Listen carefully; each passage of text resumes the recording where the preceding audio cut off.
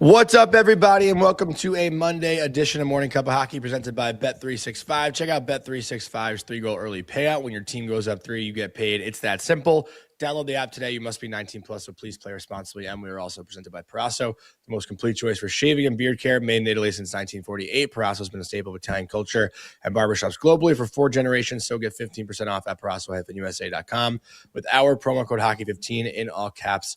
Hockey 15. That's Colby Cohen. I'm Jonny Lazarus, and we got 3 guests today. Marco D'Amico will be joining any minute to discuss Game 6 and preview Game 7 of the Montreal Buffalo series. We got Steve Peters, who we'll probably just jump around the entire board with. We love talking hockey with Petey. We can pretty much go anywhere with him. We'll probably get into some X's and O's in that series and then me preview the conference final as well. Then we got Connor McGahey, the Avalanche Radio play-by-play, joining at 10 a.m. to get into the Western Conference final between the Avalanche and the Vegas Golden Knights. So lots to get into, but Colby, how you doing this morning? How's the weekend?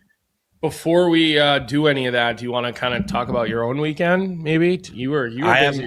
You had a bomb of a weekend. Yeah, you had a big weekend. So let's talk about it a little bit while we wait for Marco.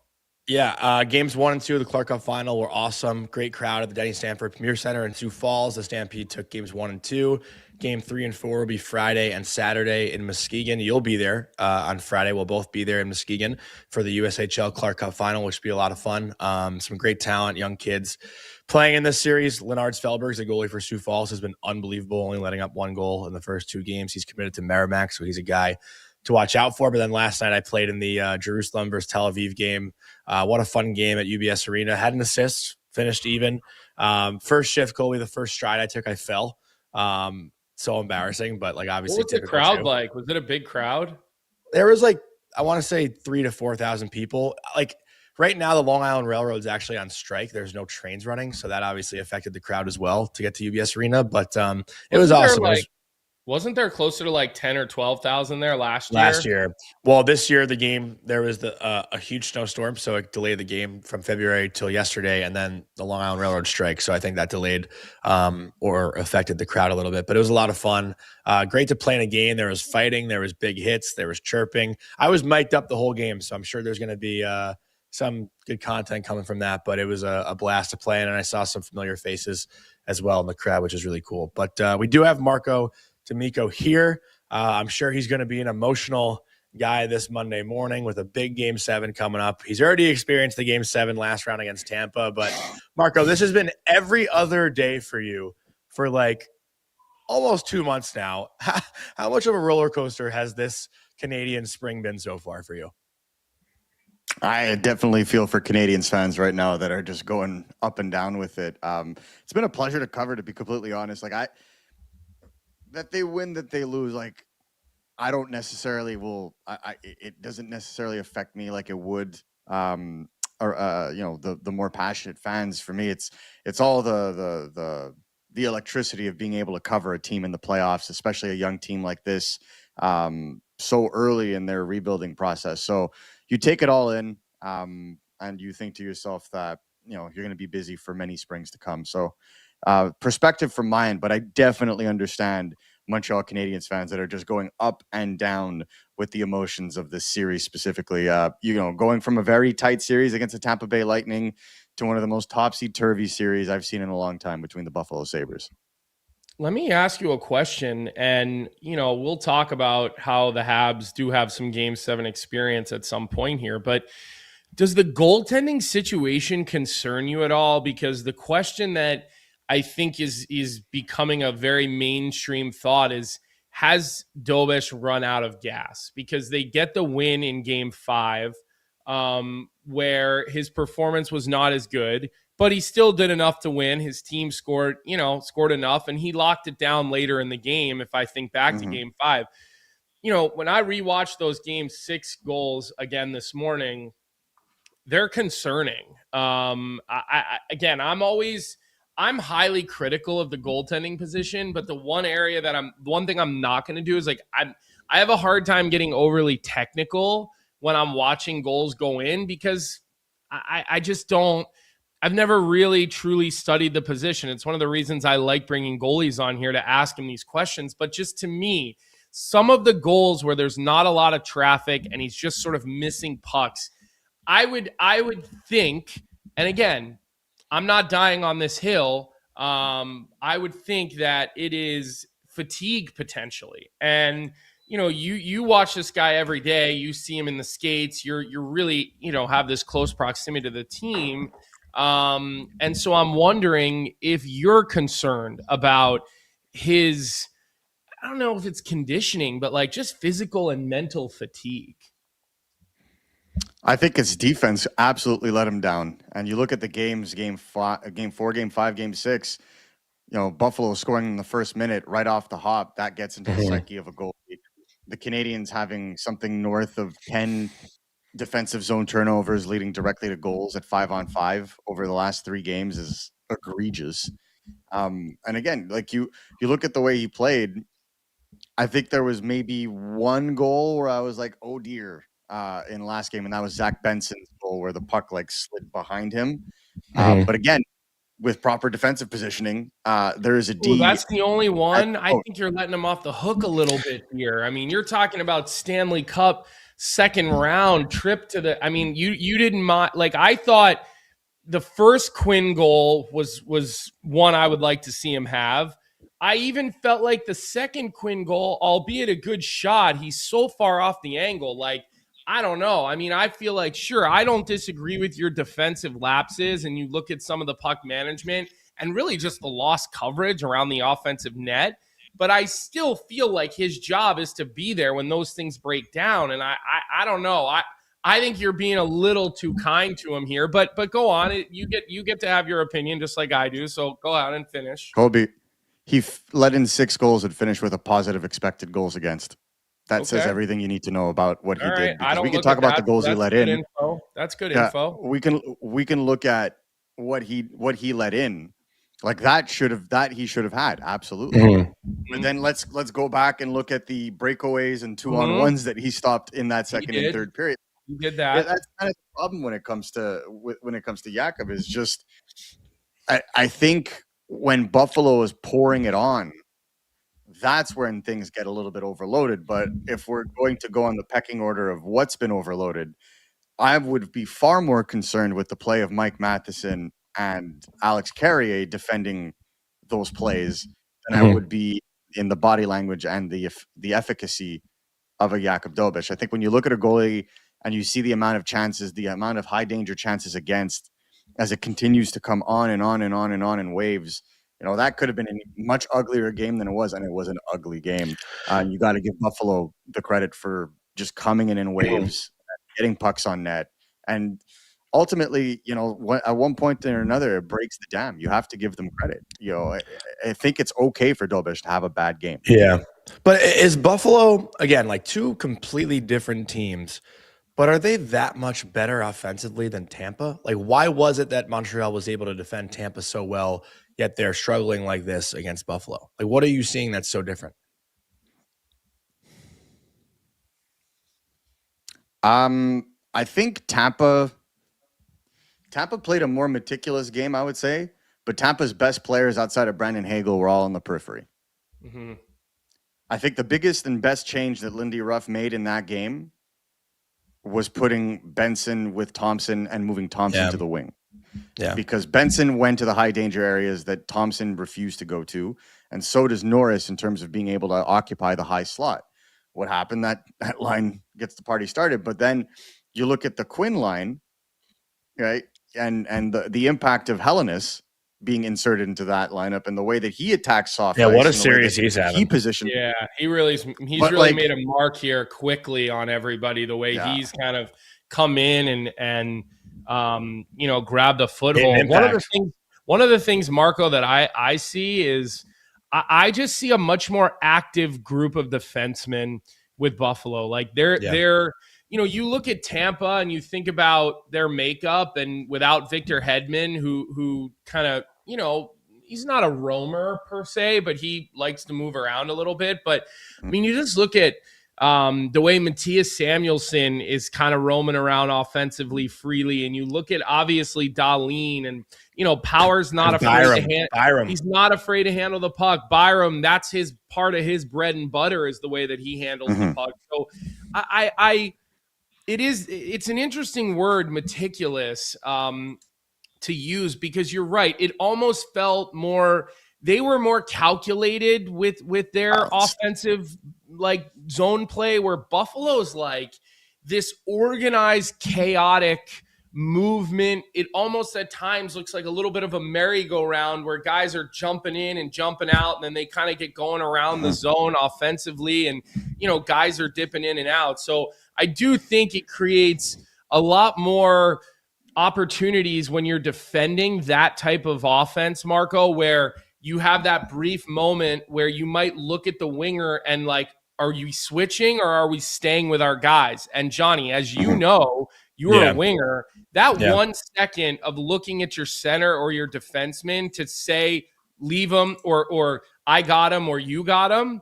That's the 1 second players at this caliber need to gain that one step in order to get the inside body positioning and then make a play towards the net. So I think Montreal in their own zone, granted, giving up a decent amount off the rush, I think they've had a real difficult time with their communication with who is really going to grab who within that sort of layered box and one-ish type of D zone that they kind of roll in and roll out of. So I like that you bring that up, because that's the hybrid man-to-man system that Martin St. Louis likes to play defensively. When you play a team like Buffalo, and you want to talk about the difference between Tampa and Buffalo, and this is where you have to give the Sabres an absolute ton of credit. They are elite at the crossovers at the high slot, right? When the player with possession is crossing over behind a defenseman, it discombobulates the Canadiens' top forecheckers. More often than not, they crash into each other, to be completely honest. It's kind of funny. But they cross over, and then that gives Buffalo that extra half second. And then either the puck will go down to the low circle and then into the slot, or they'll take a straight slot shot that'll either get deflected, as we've seen with Jakub Dobeš in the last couple of games, or high danger chance in front. And that is the difference between how Tampa went to work and how Buffalo went to work. Buffalo goes to work on the rush. Tampa would get set up and then try to bring the puck down into the middle. What Montreal did well, and how they adjusted to Tampa, is that they basically boxed Kucherov and Hagel and Gensel out, forcing them to make suicide passes in the middle. Point would be in the middle, but he wouldn't. It wasn't combative enough by the end of it. So they were reliant on their bottom six. That's why you saw guys like Gonçalves elevate. Dominic James played very well for them in games 6 and 7. So you didn't really see that. Whereas Buffalo, it was the other way around. The top line wasn't doing anything, so they broke it up, rebalanced it, and when you insert a Hellenis, all three lines now do the same thing. Enter the zone with speed, maintain possession long-term, take advantage of turnovers, and then crash towards the net. Bring the puck towards the net, and that's where they got success. Well, you mentioned now a couple of times Lindy's adjustments or lineup changes and whatnot. Do you expect any changes for Marty St. Louis and the Canadiens? Do you think any line combinations will look different? There hasn't been much, I feel like, throughout the playoffs, right? No. And if there has, it's been minute, right? This series, you saw Joe Veleno come in for Brendan Gallagher. I feel like Evans has bounced around a little bit, right?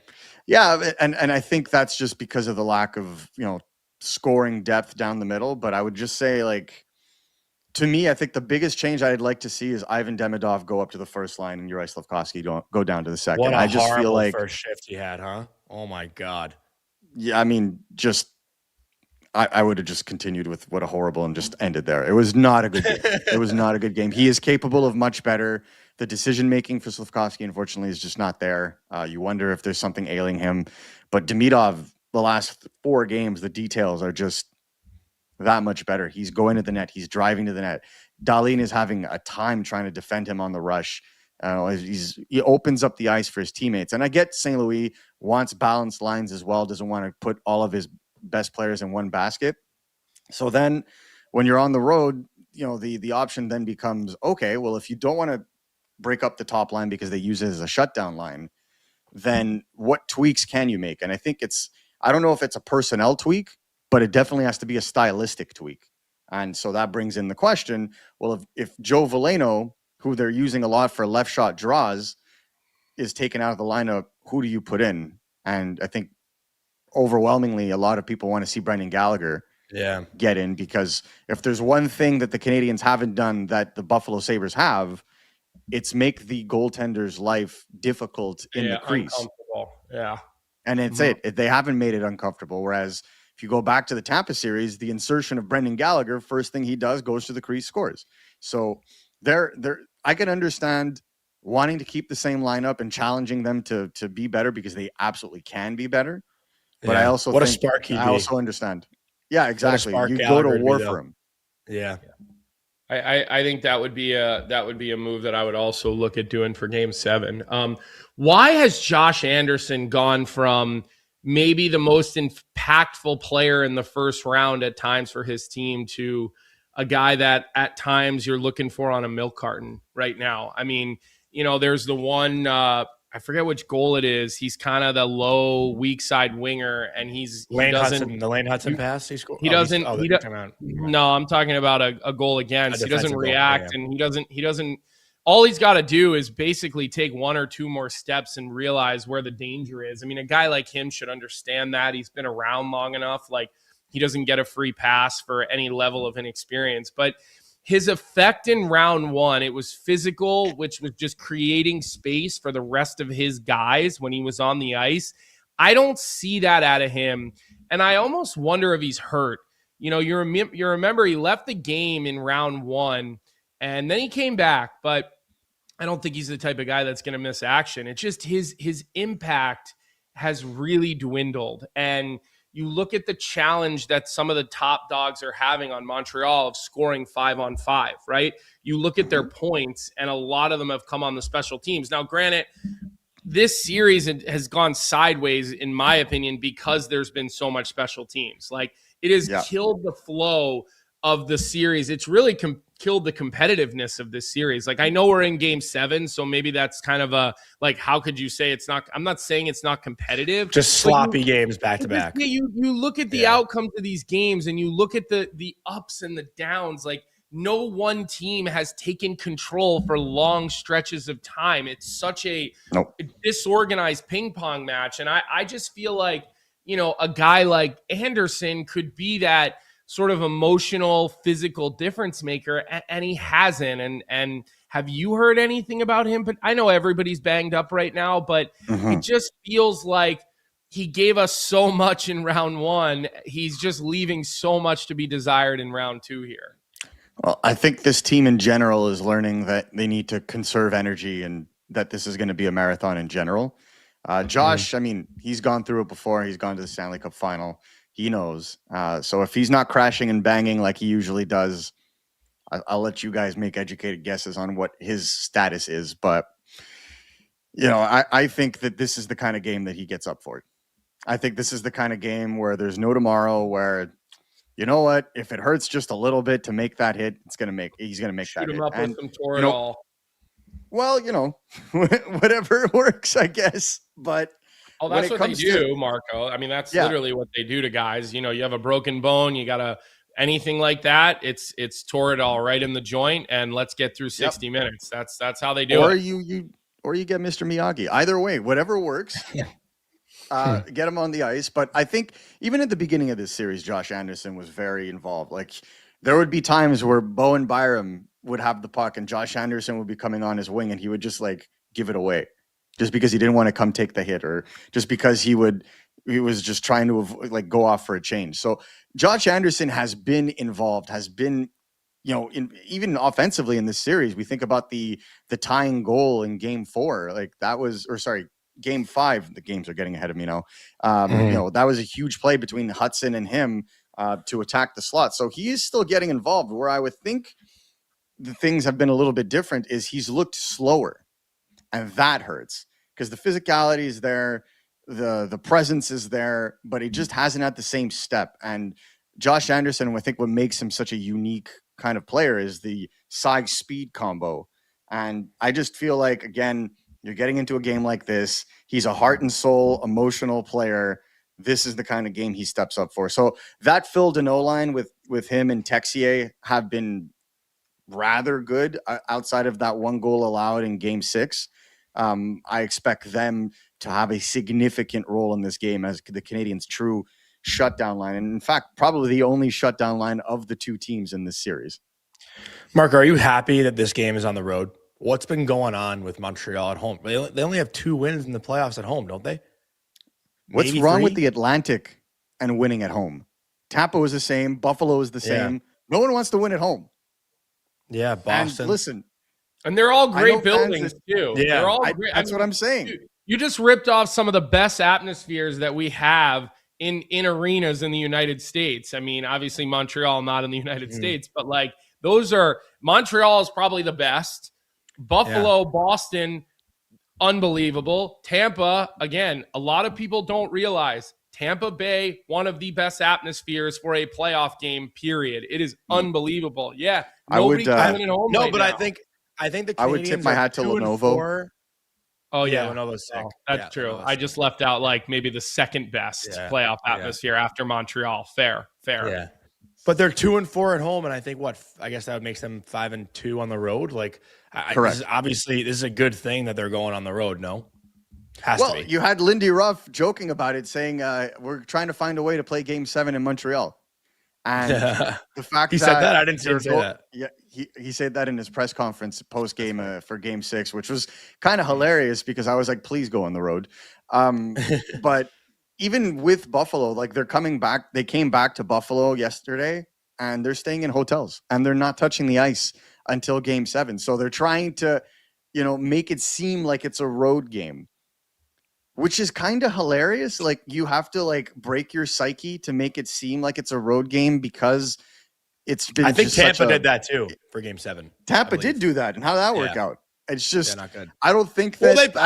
They played pretty damn good. They played a pretty good Game 7. They did everything they could to win that game. I'm not debating that, but I guess the hockey gods had other plans, So they did. I just feel like, playing the road game, like a team like Tampa Bay is a veteran team that's played Game 7s before.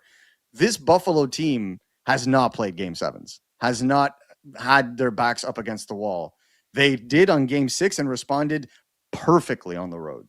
Now to bring that style back home, it's a different thing entirely, and it comes with a whole lot of pressure that the Montreal Canadiens felt in Game 6. Well, now all the pressure to play at home is on them. That's not to say that Montreal doesn't have any pressure. They just got smoked 8-3. They better show something tonight, or else there's going to be a lot more questions and answers tomorrow. But Buffalo's in the same boat where, they haven't been able to close a series at home in, almost 2 decades. So you have I saw their you have that pressure. I had the actual stats. I'll get them in one sec here. Buffalo for Game 7s in their franchise history, they're 1-6 all time in Game 7s. Their last win was 1997 in the Eastern Conference quarterfinal against the Senators. They're 1-1 Game 7 record all time on home ice. It's only 2 Game 7s ever in their history on home ice. Which Exactly. Is pretty crazy. Actually. So flip a coin. Yeah. And so that's my thing. Whereas the Canadiens do well in Game 7s, especially on the road. So it's mostly when they're at home that they have trouble. That being said, it's any man's game, and it's going to be whoever wants it more. But you look at the records, we have the stats in front of us. It makes for a good narrative. But the only thing I would say is the road record is in both teams' head, both Montreal and Buffalo. So I'm interested to see that if Montreal decides to start playing in the first minute of the game, what this series looks like, what this game looks like, because it's going to be a psychological thriller for me and for fans in general, Buffalo and Canadiens fans. But it's going to be who comes out guns a-blazing in the first period. I think that will dictate that game. Mm-hmm. What's your confidence level of how this is going to end? I mean, like if you had to make a prediction based on what we've seen, I assume we're going to see UPL in goal. I can't imagine. We have to. Yeah. It would be really weird to get him on the podium post game and not start him for Game 7. Yeah. I mean, the the carriage has seemingly turned into a pumpkin for Alex Lyon. I mean, this is Yeah. what we talked about early in playoffs, that this is a guy who can come in and can do really good things for you in a small window. And then he generally, like his history says, he goes back to being a backup. And that's what he's looked every bit the part of a backup. So, you know, how confident is anybody? I mean, I'll put this to the chat as well, because I know we have some Buffalo folks in here today. Like, how confident are you in UPL? I mean, I don't see a reason to be overly confident in either goaltender at the moment. I doubt we would see Jacob Fowler. I mean, that would obviously be quite shocking if we were to see Jacob Fowler come in for a game 7. But maybe game 1 if they win. As far as UPL, no. I could tell you that Jacob Fowler will not be thrown to the Wolves. Wait, what did you just say? Like, you're saying if Montreal were to win game 7, you're saying they would go to Fowler for game 1 of the game 1, like final in like Carolina for his like first Minnesota game? It's not the same thing. Maybe we'll give you a rewind on that, Johnny, because I don't think you really thought that one through before you threw that out there. Well, I was saying maybe they would. I don't. They would. I don't think so. What is the confidence level, Buffalo, in UPL? Marco, what do you think they're going to get out of UPL in this game? You think he's got a big game in him, or is it going to be another, 9-6 type of finish with these two teams? I think it all depends on how the defense plays in front of him. You looked at the way that Buffalo played in Montreal defensively in the third periods of game 4 and 6, and they were blocking shots left and right. They were pushing guys to the extremity. They were aggressive in, recovering the high slot. If they play like that, it's going to be a tighter game. But if they leave him open, and they leave the high slot and the basically the keyhole open like they did in game 5 in Buffalo, this is going to be a very difficult game for UPL, because as we've seen, if he could see it, if he could see it from a distance, he's going to stop it. If you're forcing him to go lateral from the circles, he'll probably stop it. He's a big goalie. He's got good technique. His issue is always in the 5 feet from the net in all direction, that radius. And so if the Canadians can play inside on Buffalo, then they'll have success. But if Buffalo continues to play the way that they did in game 6, I don't think the Canadians will have much opportunity there. And then we all know their counterattack ability, and that's where Buffalo went to work in game 6. So it's up to the Canadians to, we talked about Josh Anderson, a lot of those other players, Zach Bolduc, Kirby Doc, Jake Evans, Alex Newhook, those guys are going to have to go back to their high tempo forechecking along the boards and up the middle, so that they can cause those turnovers. Buffalo's defense it's really the crux of this series. If Buffalo's defense holds, then I believe Buffalo will win this game. But if Montreal is able to make that defense buckle like they did games 2, 3, and 5, then there's a significant chance that Montreal can close it down, get a couple of goals up, and the head games around the goaltending in Buffalo's side begin to take hold, because that's to me the unfortunate Achilles heel right now. They've flip-flopped their goaltending so much that if UPL lets in 3 goals in the first period, what happens? And then that starts playing with the players' heads, and then Ruff starts getting involved. And so that's the thing to consider. And on the flip side, if Dobesh lets in 1 to 2 or 3 goals, well, they've seen him do that, and the team still bounce back to win. So there's more of a confidence factor there. It's going to be whether or not Montreal makes adjustments in terms of their defensive coverage. All right, Marco. Well, I think we're both rooting for you, Colby. I don't know who you're rooting for tonight. I'm rooting for Montreal to advance. I don't play for the Canadians, guys.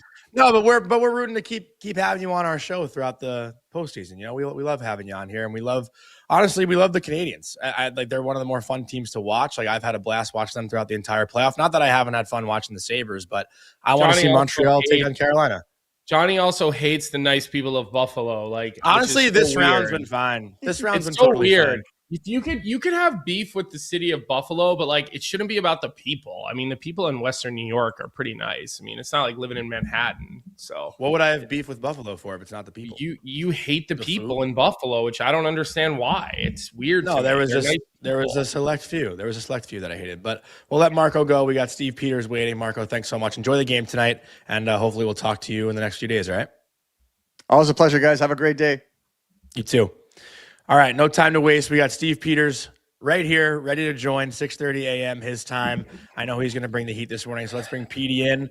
Petey, what do you want to say? It seems like you got something on your mind. I always do. And I tell you what, so I get up. You guys make me nervous. You know this because I get all excited for your show because I love talking hockey. And then so I have my alarm set 6 a.m. Arizona time. Well, all good. Mm-hmm. I woke up at 5, going, okay, I'm got to get ready for the show. Got to get ready for the show. Laid in bed. Alarm went off. In bed. Alarm went off. I'd been up for an hour. Out like a light, snoring. Woke up 5 minutes ago. Can we change the show to morning or afternoon cup of hockey? Is that a thing? Seem like you're buzzing though. I don't know. You seem like you got a lot of energy. I would not expect hockey day. You're wearing a collar shirt. You woke up 5 minutes ago? He sleeps like that. What are you talking about, Johnny? PD, I want to start and get like a little technical with you because sure, you've sat in that unique chair of being the sort of the watchful eye for an NHL franchise as a video coach for a number of seasons, and you've had all of these conversations and been a part of these conversations with NHL staffs. And we were talking about the problems that Buffalo presents when they really it's that organized chaos offensive zone where their D are just constantly in and out. It's very positionless, right? And when you have a team that plays that layered D, yeah, sure, there's elements of a layered D zone that are man on man. Like when you're the first guy on the puck, that's your guy. You wingers, you know where your points are. But when Buffalo has that set where they bring that third forward high up in the zone, and then there starts to be a lot of movement amongst the three. And what they've been doing is creating that little bits of separation in order to execute offensive plays. And Montreal seemingly constantly confused on, are we switching or are we staying? And I've had coaches that have had pretty set rules on that in my career, where it was like, if it's in this area of the ice, there's no talking to each other. It's your guy is here, and if it's more than a stick length, then you switch off of each. Like, there's usually a hard set of rules is what I'm getting to.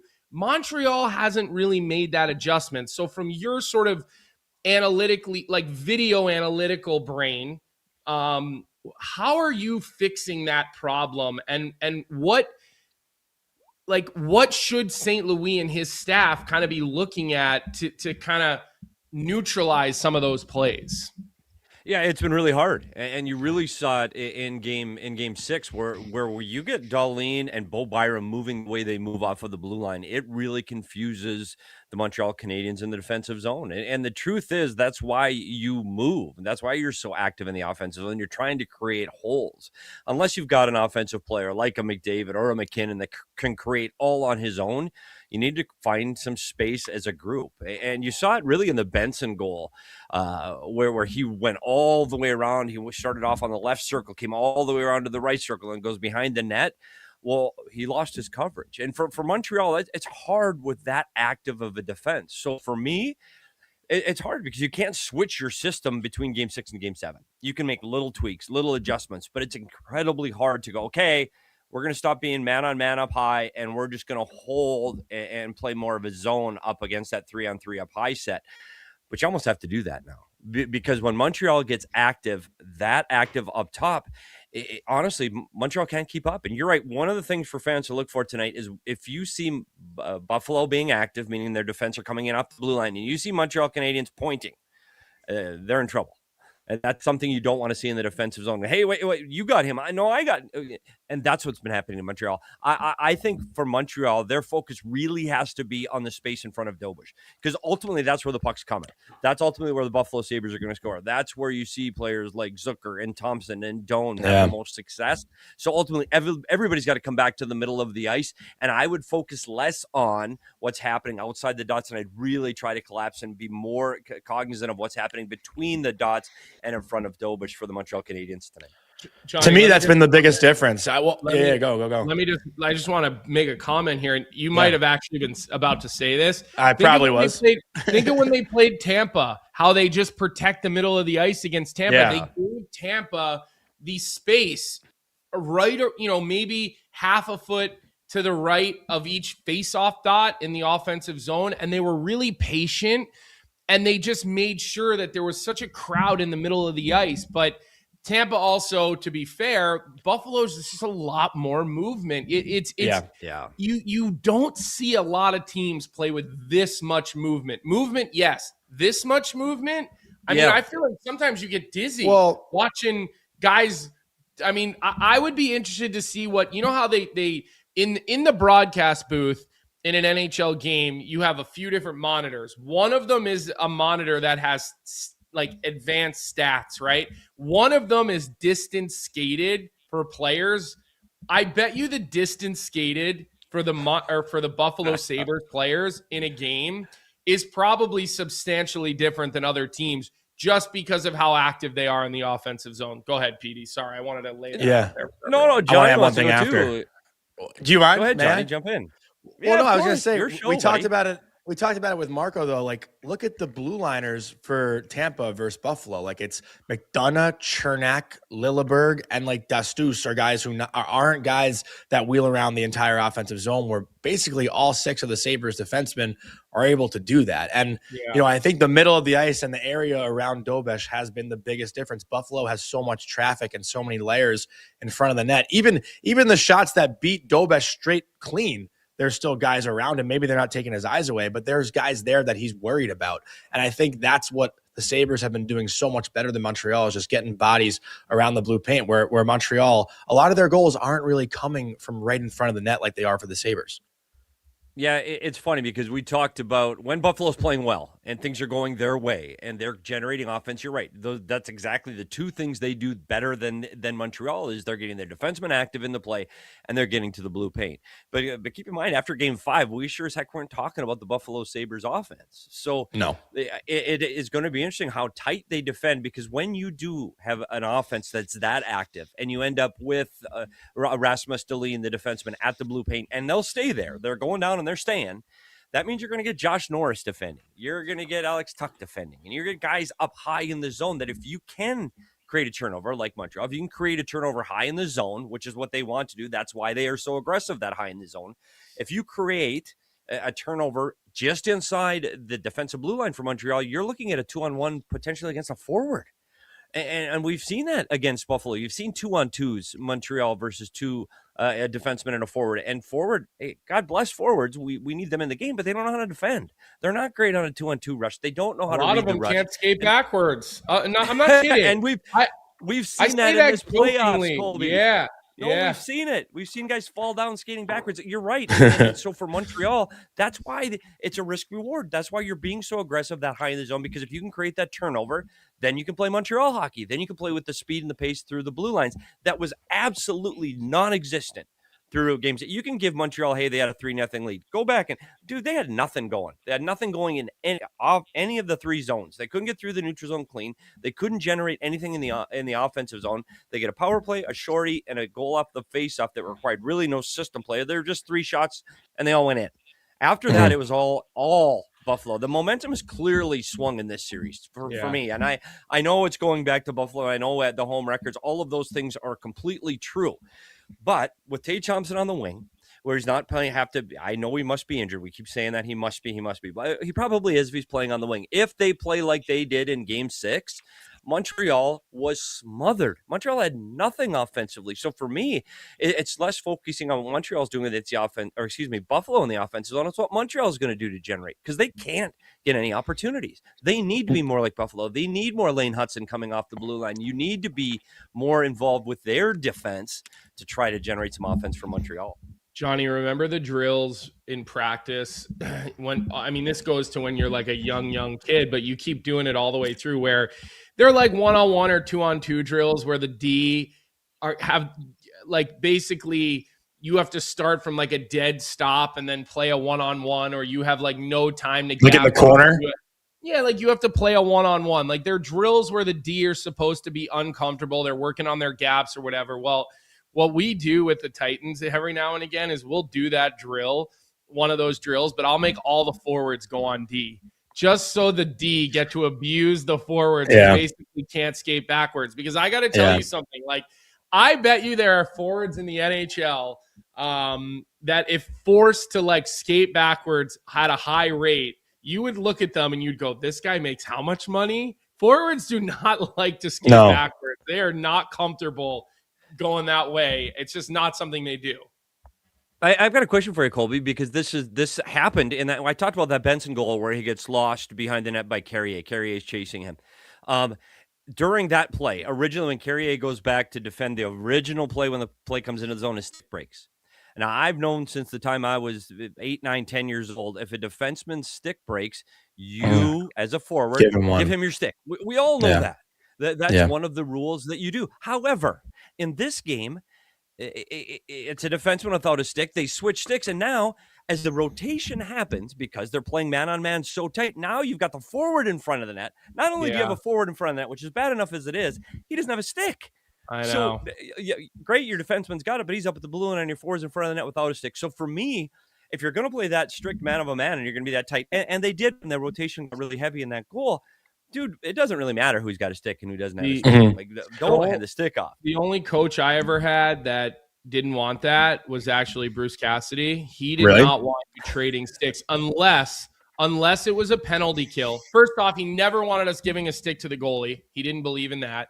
And that could change, by the way. He could have changed that by now. I have no idea. But unless you're on a penalty kill, and if a defenseman broke a stick 5-on-5, he did not want forwards giving it to you. Like, it was not a game of switch the sticks. It was not part of his philosophy.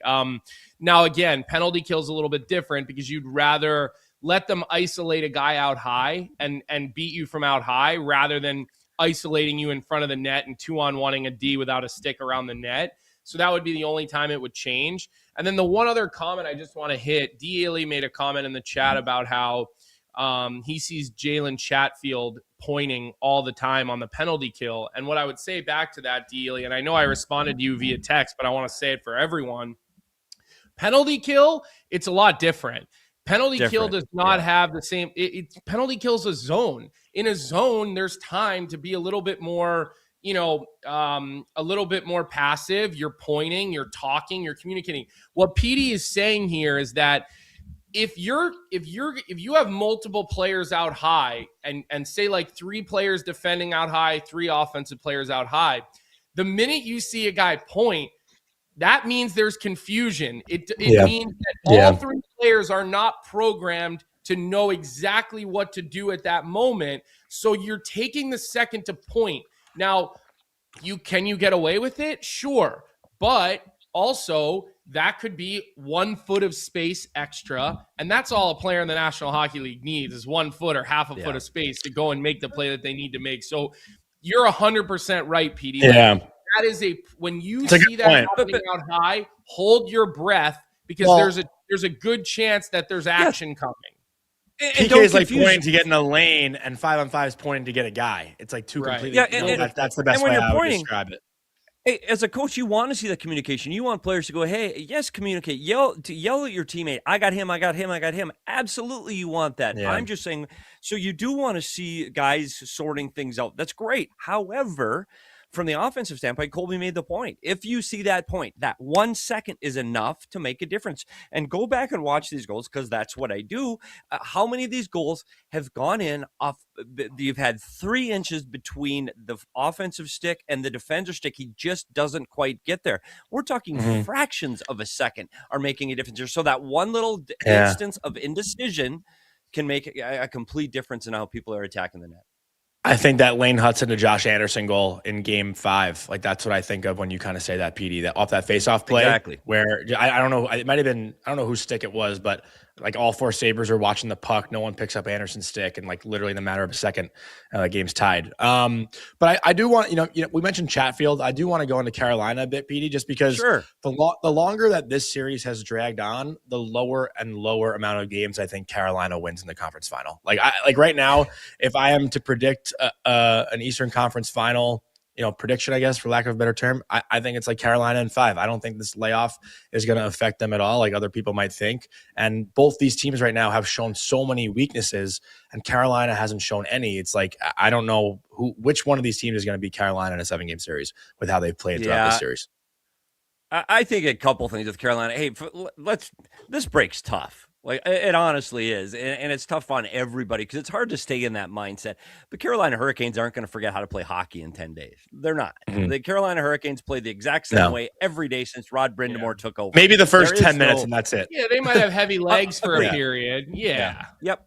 It'll take a minute to get their heart rate back going again and back into game speed, but they're a better team defensively and on top of the puck than either Canadians or Buffalo. They are. The concern for Carolina, because Carolina is the better team. I'll say that right up front. Anderson's been great. They smother you. They don't give you any space. They're just attack all the time. The difference in this series, regardless if it's Buffalo or Montreal, is Carolina's going to face a team that they haven't faced in this playoffs. Meaning, you look at the last round, Carolina just rolled Philly. And I thought Philly was above their skis. I liked Philly. Congratulations, Philly, on a great season. But they outshot their coverage. And Buffalo and Montreal both play with pace. Philadelphia's pace was Tippett. He's out of the lineup. Montreal and Buffalo, when they generate turnovers, they get through the neutral zone incredibly quick, and they crash the net harder for the Buffalo Sabres than what you've seen the Carolinas have to defend this entire playoffs. So I still think Carolina's a better team. I still think Carolina's going to win. I agree with you. It's the first 10 minutes of feeling out, and feeling out for them means 10 minutes of 0-0. And they'll be fine. I think in the long term, they win the series. I think this will be the first time in the playoffs that Carolina faces some adversity. Yeah, for sure. I think they'll get through and they'll win, but they haven't had to face pace like this before. So I think there'll be some hiccups. I think there'll be some times when they trail, and they're going to lose a couple of games. I think this is Carolina in 6. And I'd say coming back against Philly in game 2 is a little bit of adversity, right? They went down 2-0 came back early. Twice. There were 2 games they came back on, but have they really lost a seen game? a team? Have they seen a team, Johnny, with as much offensive firepower that they're going to see from these 2 teams? Like, that's why I agree Carolina will win the series. I'm definitely not picking against Carolina this next round, but I think they'll get pushed. Like, I don't think they're going to win in 4 or 5. I think it'll be a little bit of a longer series. I do think, if Montreal does get through, they've played 2 really hard 7-game series. That is going to catch up with them at some point. There's no 100%. doubt about that in my mind. I think Buffalo might be built a little bit better. I don't think that the Bruins series was as brutal on them as the Tampa series was on Montreal. But I agree with Petey. Like, you go back and you really look at the pure offensive studs, even in Ottawa. And we thought Ottawa was a pretty good team, but they don't have nearly the offensive firepower up and down the lineup that Buffalo and Montreal have. They don't have the power. I mean, you're also talking about 2 teams, and I know Buffalo's power play has been in the spotlight at times in this postseason, for better or for worse. You also have 2 teams with real high-end weapons that I think will, like, I don't worry about Demidov and I don't worry about Lane Hudson against pressure on a power play like I worried about Jamie Drysdale. We showed how many times it went from Jamie Drysdale's stick to the yellow kick plate. And in that series against Philadelphia, Lane Hudson is not putting 7 pucks on the kick plate because of pressure. So I'm with you with Carolina. It's gonna take a period, maybe half a game to get themselves into it. I think the crowd will help, but I just think there'll be a heaviness in the legs. Like, you're not used to not playing this long ever in season, so your legs will feel like shit for the first 30 minutes of that hockey game. And then hopefully you kind of get the legs flushed out and it'll be really important for Brindamore to use his entire bench early in the game. If the game starts with a bunch of power plays and penalty kills in game 1, that will be really detrimental to Carolina for getting themselves into game 1. That's the only way I really see them losing a game 1 on home ice, is if it turns into a parade to the penalty box on either team, because then guys get lost, right? Like, that never works out all that well. So I'm with you, Petey. Like, I do think that they're going to get pushed, but I don't think anybody has the in them to push Carolina enough based on what we've seen. Petey, can I ask you a question from the chat quick? Yeah, of course. That. Well, it's more of a comment, but D. Ely said, I was at Kane's practice a few days ago. Rod Brindamore is not taking it easy on them at all. Like, can you just kind of touch on the difference between the intensity of a practice versus being thrown into a game and how different that is? Like, the Canes could be getting pushed like crazy in practice, but again, going into a game is such a different environment. Yeah, I think it's two differences. And I think when they first got the break and they saw they were going to have a long break, I don't know what their schedule was. I haven't talked to their staff, but I would assume that they took a couple of days off. And when I mean days off, they probably took a day completely away from the rink, nothing. But then they started to do things that would be just in the gym or just video, and then we're out of here. Or honestly, what we used to do in Arizona, the one we know for playoff success there in Arizona, I know, we didn't have any, but we would do outings even when we had a break like that. And I know it's only happened once in our entire series, but we took everybody to Topgolf. Thought we were going to go have a hard practice, and we took a bus and did that, just again for that team camaraderie, which is incredibly important, especially for Carolina, because if they're going to win, they're winning as a group of 20. They're not winning on two guys back, although that second line's been great. So as you get into these practices, you can play with that 5v5 or 2v2 stuff, and you're getting that intensity. You can. But you're not going to get pushed and shoved through the glass, and you're not going to have to make those razor quick decisions. And if you make a decision at 10 o'clock in the morning in practice, you make a decision like that at 7:30 at night live during the game, and it could end up in your net. So the intensity and the mental preparation and all of those things, even if you're physically keeping up and your body is still working hard and you're still skating a lot and you're still conditioned, you're not getting your mind prepared. It is completely different. Those reps are not the same. It's great that they're staying in shape. And part of their game, and most of their game, is playing with that pace. So it's important. But you cannot ever duplicate what you're going to find in a game. I also know this for a fact. Rod Brindamore will partner with that strength and conditioning coach and their people on that, and they will literally come up with a plan of getting your heart rate to they know what these guys' heart rates are during games, right? Some guys wear heart rate monitors, they wear Whoop bands, and some share the data with the teams and some don't, but they actually know what level they need to try to push their heart rates to do that the best that they can. So if any coach will have a great plan, it will be Rod Brindamore, but no matter what, there's no replicating game action other than playing in games. There just is no way to do it. And if somebody does know how, that person will have unlocked a secret that every coach in sports, period, will be looking for an answer. Petey, I want to stay on that, though. Go ahead, Johnny. Did you want to add something? No, I was just going to say the beauty of this series, if it's Montreal, even though Buffalo played 6 games in round 1, is that we actually get to test the theory of closing out a series early and sweeping versus letting a series drag out in 7, and what the difference actually looks like. Like you're talking about, if it's the Canadiens, a team that's played 2 7-round series versus a team that's swept both rounds, we actually get to put that theory to test, right? I think that's a lot of fun to see how it plays out. Petey, the rest versus rust discussion.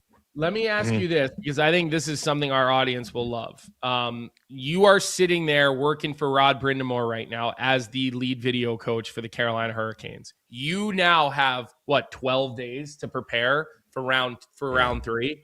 You don't know who you're playing against. So take us through those 10 or 12 days from your perspective. How are you handling video, pre-scouts? Kind of just get us an inside look at how a team would operate in that regard.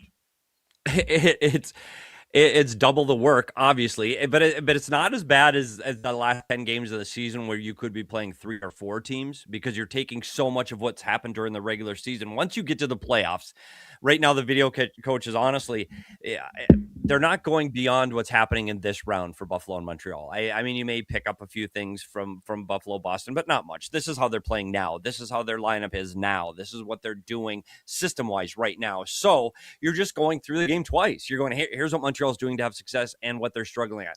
And now I'm going to do Buffalo. And so you're literally doing everything twice. Because they play similar. I think they both play with pace and they both do things similar, but they are not the same way when you're starting to scout them on personnel and who they have on the ice, when they have on the ice, and what areas of the ice we're going to have to defend. So it is a matter of literally it's duplication every day, and it's not as bad on the video guy because I think it's just time. And that's what we do. We sit in front of the TV and watch hockey all the time.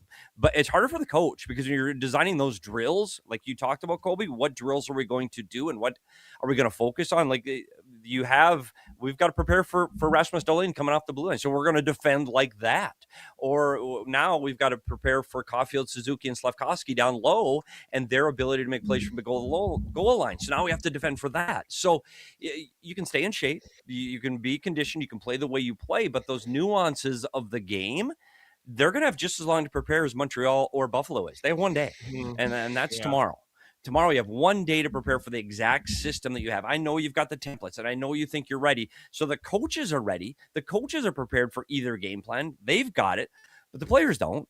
But you can't introduce how we're going to defend Rasmus Dahlin, and then tomorrow we're playing Caulfield. So you really, for the Carolina Hurricanes, as long as they've had off, you can't give them two separate game plans. You're waiting until tomorrow and just playing your style, your system, working on your game, as opposed to preparing for the opponent, which really won't start until tomorrow.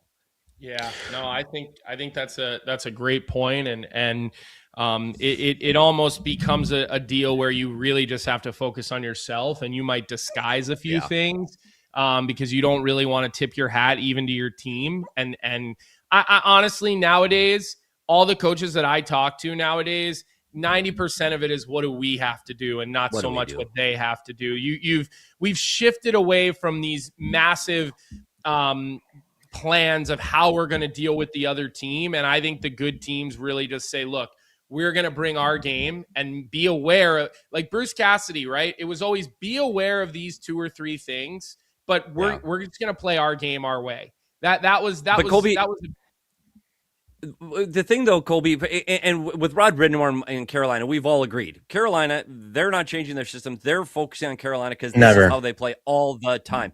Now, if you're a lesser team, meaning like Philadelphia, and we'll call it like it is, Philadelphia has to spend more time preparing how to beat Carolina because they can't do it on their own. They don't have the firepower to do it on those. In Arizona, for us, because we were always the lesser team, we had to find that. We scoured any little detail we could get off of a face-off or a breakout would make a difference. Whereas if I'm the Colorado Avalanche, we're rolling. I'm Carolina. We're the Colorado Avalanche. We're not worrying about what you're doing. What we do is better. So we just do what we do. Yeah. Agreed. Yeah. So I think it's those teams that are finding themselves, and I don't know if any of those teams are really left in the playoffs. If Philadelphia had made it to this round, or if a Utah had made it to this round, and again, no knock on those teams. It's just they're not the same firepours you're seeing on these top teams. So for Carolina, I've said Rob's not changing. This is how Carolina plays all the time. Every game, first period, third, everybody knows it, and everybody's motor is going to be going. So I think it's going to be easier for them.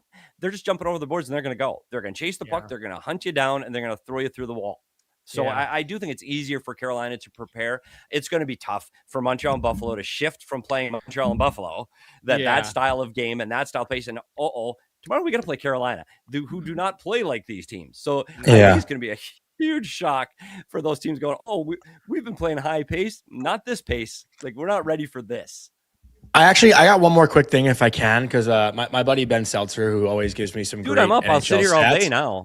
Well, we got Connor McGahey waiting, so I don't want to keep him waiting too long. Okay. I was just made known that tonight will be Jakub Dobish's 30th start in the last 79 days. And I kind of want to get your thought on that, just as a goalie guy, like how much hockey he's really been playing in a short span here. And that's since the Olympic break, the 79 days.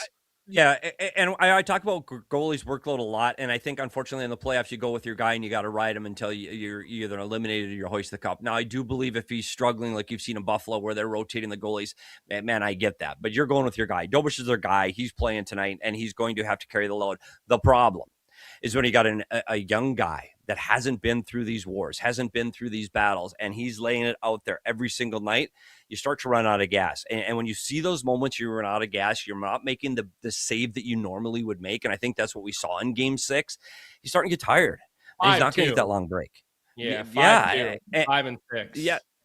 So I think that he is going to... He's got to fight through it. He's got to battle through it, but it absolutely makes a difference. It wears on him, and you're slower on that push across from left to right. And we've seen those fractions of an inch matter. So it's physically, it absolutely wears on you. But more importantly for goalies, it's how mentally draining these games are. Like, you can sit on a penalty kill and not touch the puck once, and the puck's just moving around and bouncing around, but you're exhausted just from the movement and the mental preparation for it. So he's going to wear down. He's the guy right now. If I'm the coach, he is not touching the ice except to get a few shots to feel the puck, and then he's off every single day because he has to be the key to victory. If you're going to beat Carolina, it's going to be on Dobish's back. And so, yes, he is absolutely wearing down. I worry about a young goalie playing this much. It would have been nice to get a break for him after the Olympics, a couple of games where, hey, we got to rotate a little bit more, get him some rest. They just weren't in a position to be able to do that. They were still fighting for positioning within their division. So, yeah, I think that's going to be one thing to look at. Anderson, experience, been there, rested. Dobish, when he's on, he's elite. But when he's off, he's not. So that is going to be a huge key matchup if they can get through and beat Buffalo tonight. Well, it's going to be a good one. I think we'll have a lot to talk about tomorrow. PD, we will probably be buzzing you later this week, or if not, we'll buzz you next week. All right, you're the best, PD. Thanks, guys. Appreciate you having me on. Next time, Johnny, set me like you call me like at 5 minutes before just to make sure that I'm kind of like my mom would do, like a big test. Just make sure I'm up. Thanks, I got guys. you. We'll do that. Thanks, PD. We love you. All right, awesome stuff with PD as always. Now we do have I believe a first-time guest in Connor McGahey joining from the Colorado Avalanche radio broadcast, the play-by-play guy. We are very happy to bring on Connor McGahey. Vic, let's bring him in. Connor, good morning. Nice to meet you. I don't know if you guys know each other. Yeah, we've met before. Yeah. Oh yeah, we. If you've been in one press box, you've seen almost everybody, right? Yeah, so I think for sure. Colby, I think that was in Boston. I don't know. 3 years ago, maybe. Am I wrong about that? Boston, I think Chicago. We've crossed paths a couple of times. Yeah. I did the 1 year Chicago came to Colorado for the opener. It was national TV, remember? So it was Jack Johnson game, I think. You were doing that was game, great. And I was doing radio that night, and obviously Peter was still with us as well, and so we got to spend a little bit of time with him and. Great people in that Avs press box, man.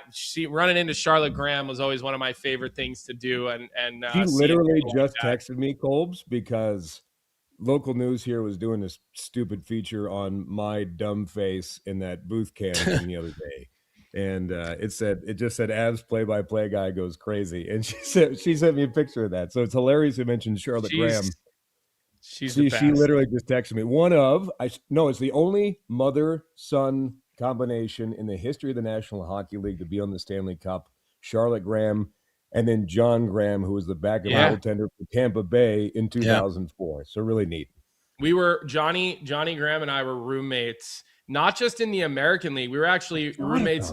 We were roommates in Cleveland and in Colorado because we got called up together.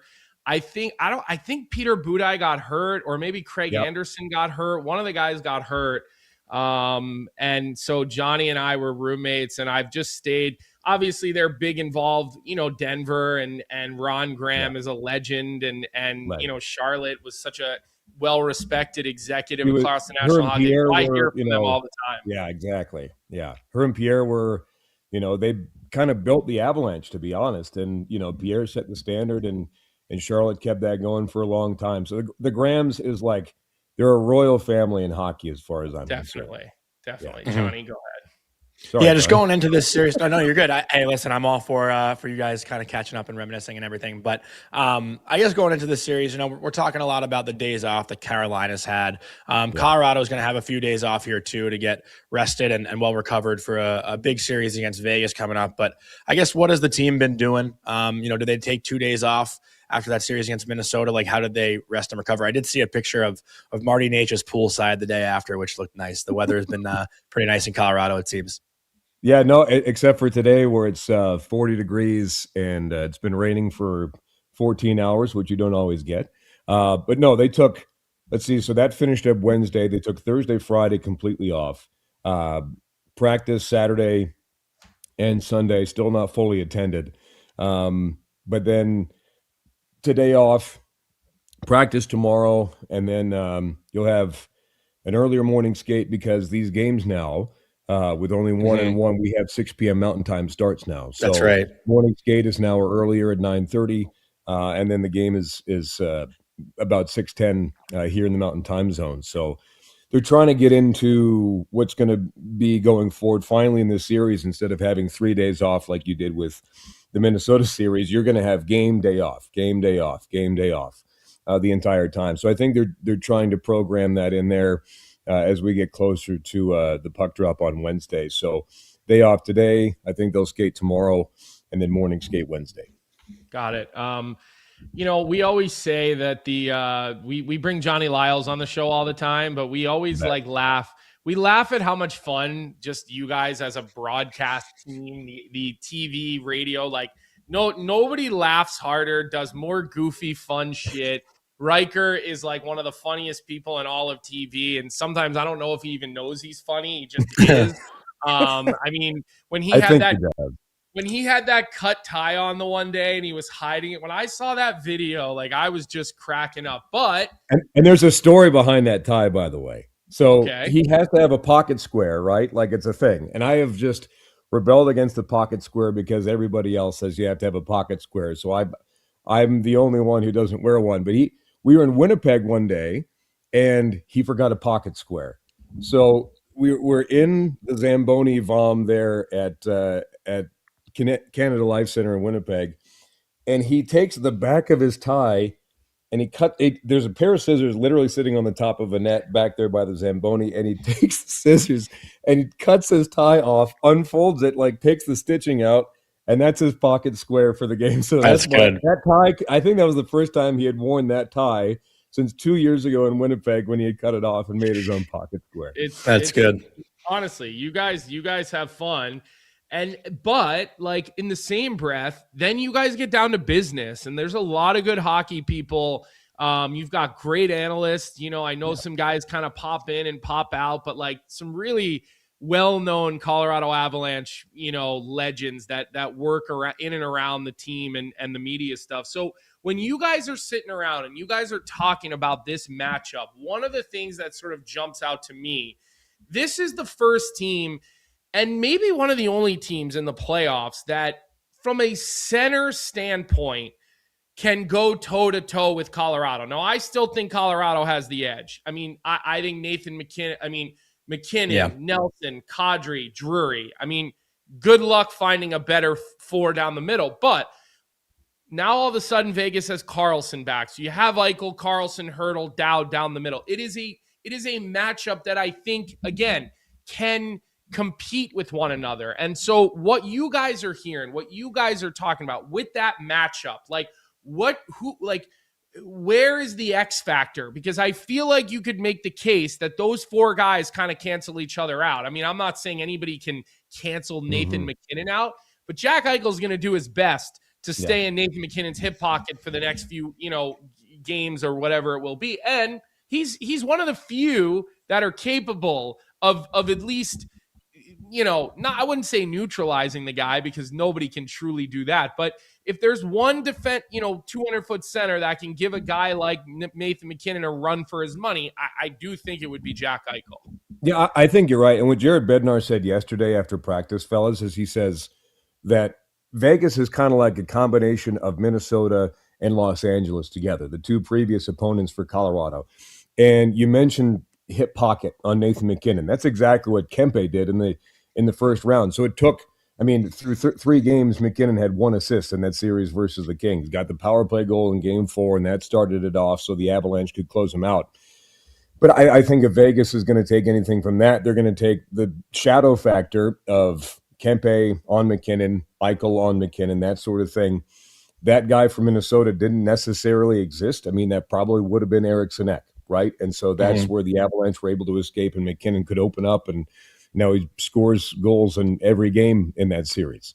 So I think that's what Vegas is looking at. I think the Avalanche are also looking at the fact that, you have 7 guys who can play center in your forward group. You include Nick Waugh in there, right? Yeah. So if you compare 2022 to 2026, you see that Nazem Kadri was your second line center. He's now your third line center, right?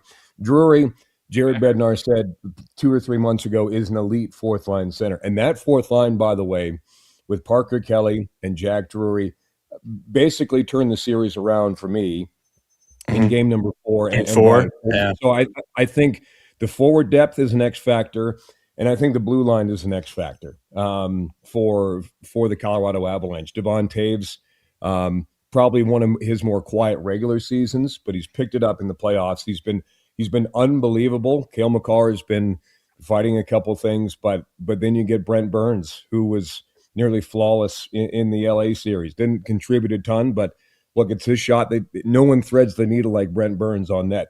That's the tip on the Parker Kelly goal that starts the comeback in game number 5.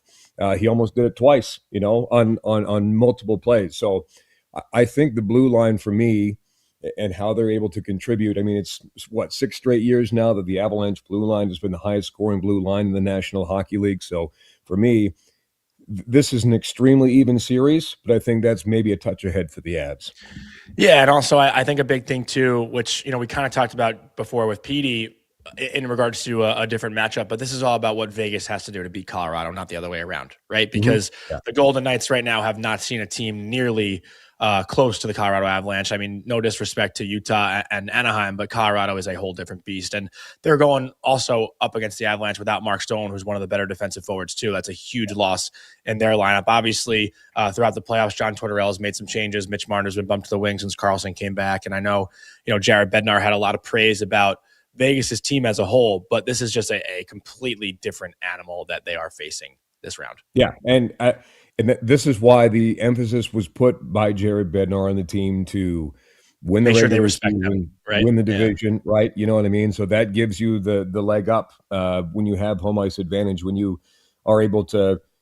And look, the Pacific Division this year, everyone kind of rolls their eyes a little bit, and it's a little bit more of a cakewalk than the Central. I mean, you can say poor Dallas or poor Minnesota or poor Colorado, but I think the fact that the Avalanche were able to do what they did this year, winning the President's Trophy, winning the Central Division, and beating Minnesota, even though they were a little bit shorthanded. I mean, that's an unbelievable hockey team, the Minnesota Wild.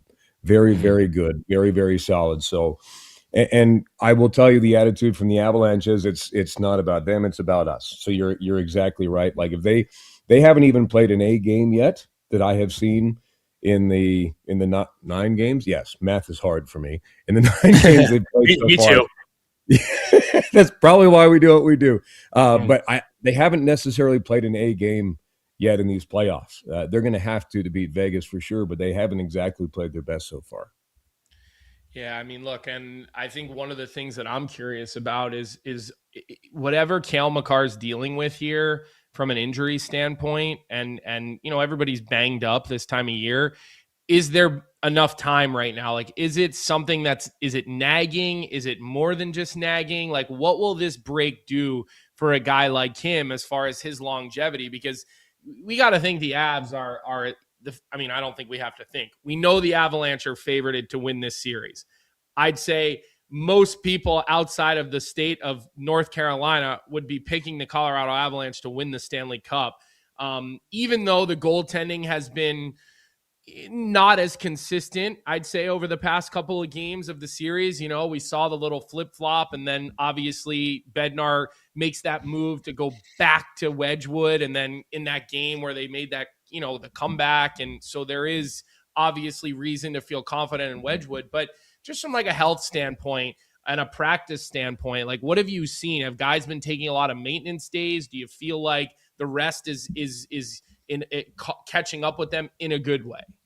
Yeah, and probably the greatest Av of all time, Joe Sakic, said, "Rest is a weapon," and the Avalanche are using that as a weapon now, because Cale hasn't practiced yet, Brent Burns hasn't practiced yet in this stretch. Manson came on for a little bit, went off. Arturi Lehkonen hasn't practiced in this stretch yet, so they're all in the the cryogenic chamber in the plastic bubble, getting healed up from what was 2 series that were really physical, right? I remember in the LA series, I think it was game 3, remember looking up there in Los Angeles, and the Kings had 39 hits through not even 2 periods of play, right? So you had, that was their approach to the Avalanche. Well, they didn't have the puck. Exactly. That's right. why That's all you can do. But Yeah. it took a toll. It really did on the Avalanche. And then that continued into the Minnesota series when you have to deal with the Foligno brothers and Ryan Hartman and guys like that. So I just think that this is so key for the Avalanche to have that extra probably 2 days rest, especially for difference makers. I mean, Arturi Lehkonen, he saves his best for the playoffs. Cale Makar, what he can do, especially come playoff time, one of the best to ever do it. So this is this is huge for most of the team. And Bednar said yesterday, it's likely that everyone's going to be ready to go for game 1 Wednesday. It's funny. We actually talked about Malinsky and Blankenberg's absence on the blue line more than we did Lekkonen's, who was like playing on the top line for Colorado. Colby, you and I barely talked about Lekkonen not being in lineup. Yeah, like, we really don't give him enough credit. Be honest. We don't give him any. Listen, Connor, credit. we haven't given we say this all the time, and we do it to Carolina too. Yeah, but like expectation. We basically ignored the Avs for the last 5 weeks because we both did pick the Wild. But I know. We did. And we quickly you are forgiven. We quickly ate our words on that. I think we got a little enamored with the way that they closed out Dallas. And so we both ate our medicine on that for sure. But this is what everybody expects the Avalanche to do. It's as Bednar said, this team is in a cup or bust window right now, a pretty long one, to be honest. And we both know, like, winning a Stanley Cup, a lot of it has to do with health. You need a little bit of luck. You need an extra save here and there, and you need your marquee players to stay healthy. I mean, those are areas that you can't really control, and sometimes that's the difference between a team that was the best team all year and then a team that wins or doesn't win the Stanley Cup, right? Like, we can all look back at this season, no matter what, and be like, there was no team like the Colorado Avalanche. It doesn't mean they're going to win the Cup, but there's been no team like the Colorado Avalanche this year. But this is... Go ahead. I'd say the same in 2021, Colby, when the Avs played the Golden Knights. The Avs had a 2-0 lead in that series, and Vegas won 4 straight. But that year, that was Colorado's year. They ended up winning the next year. That was the famous Nathan McKinnon. I haven't won jack shit in 9 years. But like that kind of reminds me of this a little bit too. Sorry to cut you off. I just wanted to add that context. No, it's good. It's a fair point. I just, that's the problem, is that they're so good that we just expect them at this point to be this good, and we'll wait until they stumble. And then it's like, well, we got to talk about the Avs now. They stumbled. It's not fair, but Jared Bednar created this, and Nate McKinnon. And this is what you get when you're the best. It is. But he even said that the other night post game. He said, I would rather have that expectation be short of a cup rather than, this menial, pat on the back, like, hey, you made the playoffs, so you won a playoff round, right? Mm-hmm. And Johnny, to your point, I mean, the 21 loss fueled 22. I'm 100%, 1,000%, right? And I think the same thing. I've had the same feeling starting in the preseason when everyone started showing up at the end of July till now, that the Game 7 loss in Dallas last year did the exact same thing for the Avalanche this year in fuel, right? Because for whatever reason, everyone has their personal reasons, the team reason. That is the Olympics fuel. Probably helps too. The Olympics didn't hurt either, but and the Avalanche needed the Olympic break, right? They needed the great power play summit of Milan 2026 to turn things around. But, that expectation, and we mentioned Pierre Lacroix earlier, right? Yeah. I mean, that expectation has been here since the Avalanche moved this week from Quebec back in 1995. When Pierre Lacroix was the general manager, and it was cup or bust. They won a cup in their first year, obviously, in 1996, and it's never wavered, right? So they're trying to get 4 in now their 30th anniversary season, and good on Jared Bednar for keeping that expectation where it is, and that is contagious to everybody down the line. And like I said, they haven't played their best hockey yet, and they're trying to, because they know that the expectation with this arguably one of the deepest teams that I've ever seen, definitely probably on paper the deepest Avalanche roster, anything short of winning a Stanley Cup to them and frankly to everybody is a failure. Yeah. Well, 1,000%. Look, Pierre Lacroix, his family, I mean, they've meant so much to the city. I mean, I do know that. I know the history. Obviously, I was drafted there. We joked about Jonny Lazarus to start the show. Like, Johnny is truly my favorite player. I mean, they're and I got to play with him, and I wouldn't imagine Johnny nowadays, right? Like, he played in a time where he couldn't, like, he was still unbelievable. But imagine him like in 2026 as the defenseman. Would he have been good now? I mean, he was good then. I mean, he's an Olympian, so let's not forget how good he truly was. But oh my God, who'd be his comparison now? He was such a good skater, right? I'm not sure if they make him like. I mean, he would be a hybrid because he skated like Quinn Hughes, Maybe like Bo Byram. Yeah, but he was better. Better? Yeah. He's more talented than Bo Byram. Agreed. His play offensive style? instincts were better Yeah. than Bo Byram. You'd have to probably go hybrid with Jonny Lyles, but I just remember my first training camp. Like, he's got the best style on the ice with the Bauer 4000 helmet. The hair was kind of perfectly flipped out the back. He had the blue eyes. I mean, it was like you're watching this guy, and I got to play like partners with him, and you're watching this guy go up and down the ice, and I'm just sitting here and I'm like, this is kind of easy. You just pass it to him. You just pass it over to Johnny, and everything will be okay at that point. And he's such a good guy. I have true love in my heart for Jonny Lyles. He really is. I hope Bo Byram wasn't like a disrespectful comparison. I wasn't trying. Like, no, I don't think it was disrespectful. He's a great player, but Johnny was a whole level above in my opinion. Like he was a stud. So I think he could still play. I think he could probably just throw the gear on and go out there and still be able to play. I think he's one of those 100%. I think he's one of those types of guys. Well, listen, thanks for coming on with us this morning. When you respond to Charlotte, tell her you came on the show and give her my best, because she's one of my favorites. And so we really appreciate your time. And now that we know you're willing to come on the show early with us, you'll be hearing from us again. We promise you about that. Hey, anytime, boys. You know, the dog has me up at 6 a.m. every day. So early morning is never an issue. This was fun. So I mean it. Call anytime. Awesome. And you're getting to sleep earlier now at that 6:10 start time, so we will abuse right. that. But actually at my bedtime, which is a nice change instead of 8:52 local. Yeah. Well, thank you, Connor. We appreciate it. Nice to meet you. Yeah. You too. See you, Connor. People are talking in the chat. Howdy. It's David says JML is one of the most underrated players of the era. He wasn't flashy. He was so smooth. He was one of the first guys I think I ever got on the ice with, Howdy. And he was a levitator. His skating was like levitated above the ice. You know how I always say that about float. Like Kale's not like that. Kale is so powerful. Quinn is. Quinn is like that, where they look like they're floating above the ice. It's so effortless, and just like the mechanics and the way that they move, was part of it. So. All right, Johnny, I want to switch gears real quick, unless you have anything else to say about the Avs. I know there's some news. We got some news, yeah.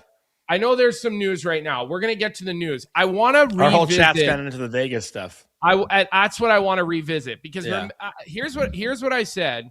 I remember last week saying, look, maybe this was a curfew John Wayne thing. Airport. And all I said was let's wait until we get more information before we either crucify someone or we don't. Well, now we have the information, right? By the way, Dabo, we're not comparing them as players full on. We're talking about skating here. Style. We're just talking about skating styles here. We're not suggesting that Johnny was as good as Quinn Hughes, by the way. I mean, I love Jonny Lyles, but not on that level. So the information has come out, Johnny, and I have a few thoughts about what has happened here in Vegas, what the punishment was, all of the above, right? But I'll let you go first, all right? I just want to read it. Go ahead. Read it. Just this is what Vic sent us from 32 Thoughts. On the Vegas fine, Elliot Friedman said the league had warned Vegas about turning down some league rights holder requests, which you're not supposed to do. Then there was a request for someone on Vegas to wear a microphone, and they said no. Bettman considers it paramount to the success of the league that mics are worn. Elliott says it's possible that the second round pick punishment might be removed or reduced. So just wanted to add some context to the people that haven't seen it or heard it. So first off, I think a second round pick is a little bit steep. Now, from everything I understand, it's not actually going to stay that way. Yeah. I mean, everybody believes that after a conversation, the second round pick will go away. Look, the $100,000 fine to John Tortorella, I don't have a problem with it. John Tortorella won't be paying the $100,000 fine. Yeah. But the that's thing coming that from the team pissed me off, like, okay, Vegas was pissed about the McNabb suspension, and this was how they handled it. They said, fuck you, NHL. We don't like the suspension. We're gonna stiff you on media. Like, I don't have a problem with it. I really don't. Now you break The media rules. didn't suspend him, though. But hold on, let me just finish. My point here is I don't have a problem with the $100,000 fine, and I don't really have a big problem with what Vegas did. They were pissed. This was how they protested. $100,000 is pretty steep. I mean, it is steep. Very, it's not very. nothing. It's not a $3,800 fine that the players get. $100,000 fine is pretty steep in my opinion. But what I hated seeing is that everyone was like, "Oh, Torts, the minute he's back coaching, he's telling the media to F off. And the minute he doesn't have a job, he wants to work in the media." Understand something. This was an organizational decision, what happened. This was not a John Tortorella, like, snap decision. I just won the series, and now I'm going to stiff arm the media. This came from above. This was discussed at management level, at ownership level, for sure. So I don't like seeing John Tortorella being dragged through the mud on this. And look, there's no more entitled group of people out there than the writers. I mean, they're so entitled to thinking that, without us, you wouldn't even have a game. No, that's not true. The media is important, but the players. Be careful. Be careful what you say here. I'm part of that. I'm sorry. Players and the fans are way more important than you. I'm just letting you know 1,000%. that. And so to think that you're more important than the fans, than the players, the entitlement sometimes out of media members it does bother me, Johnny. But you're missing something. You're missing something because the fans of the Vegas Golden Knights want to hear what the coach has to say after you just punched your ticket to the conference final. That's why I'm saying I'm okay with the league coming down on them. I'm not sitting here saying the league shouldn't have come down on them. They came down on them because they broke a rule, right? So, like, they broke a rule. The league came down on them. Okay, they're going to have an appeal. Okay, we'll see what happens with the appeal. Now, I have heard over the last 10 years, Vegas has been the most difficult team to deal with from a media standpoint. Now, I'll say this. I'm just telling you that's what people have told me. I personally have never dealt with that. I haven't experienced that. I've done Vegas Golden Knight games before. I did their first ever playoff game that they ever had against the LA Kings for Westwood 1.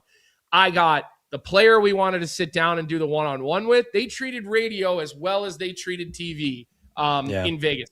We have Gary Lawless on our show all the time, right? Like, I know Eric Tosi, who was in charge of all that, and he has I think a C-level title in Vegas now. He was in Boston when I was. Like, I've only ever had good experiences dealing with Vegas personally. So I've never witnessed what some of these people are talking about, but it does sound like this situation has been ongoing for a while. This wasn't just, torts being torts. And that's kind of part of what I wanted to say. Well, what Matt Boss one just wrote in our chat, which is what I was kind of alluding to too, is that the media is for the fans. Like, it is the connection between players, coaches, and fans, right? Like, a lot of the questions that I actually ask the players and coaches are from what I see the fans saying online. Like, I know what they are looking for, the answers they want, and that does steer the direction of what I ask players and coaches. Because if I'm not listening to what the fans want to hear, I'm not doing my job. If I'm asking a question that no one gives a shit about, I'm not doing my job. And I think the story now has become John Tortorella and the Vegas Golden Knights not doing media, rather than, oh my God, what a great closeout game by the Vegas Golden Knights. They just punched their ticket to play Colorado. Well, the players did media. The players did briefly. They did. And it's not as if they don't speak every single day. I mean, there's media availability. Trust me, every day. So you're right. You're 100% right, Johnny. I'm not saying you're not right, but it's like what I did. Everybody, and when I say everybody, I didn't really see fans doing this. I just saw writers from every walk of life. Well, because they're acting like they have a job to do. Acting like somebody shot somebody in the head. Like, we acted like the world ended, all because an organization made one decision that you are, feel entitled to based on the way that the rules are written.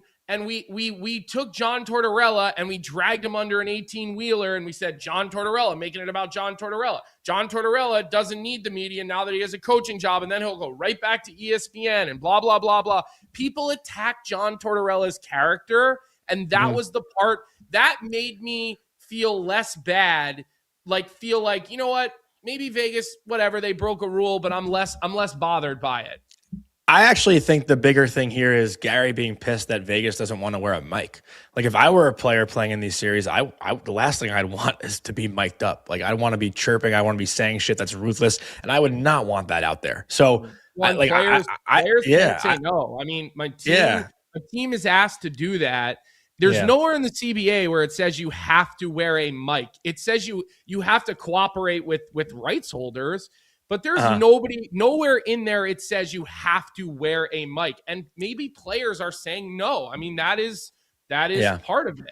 And that is something, though, I always laugh at, Colby. Like, TNT always goes to, like, we got Corey Perry mic'd up tonight. And it's just Corey Perry going like, woo, like slapping the boards. They cut out probably everything he's else. saying.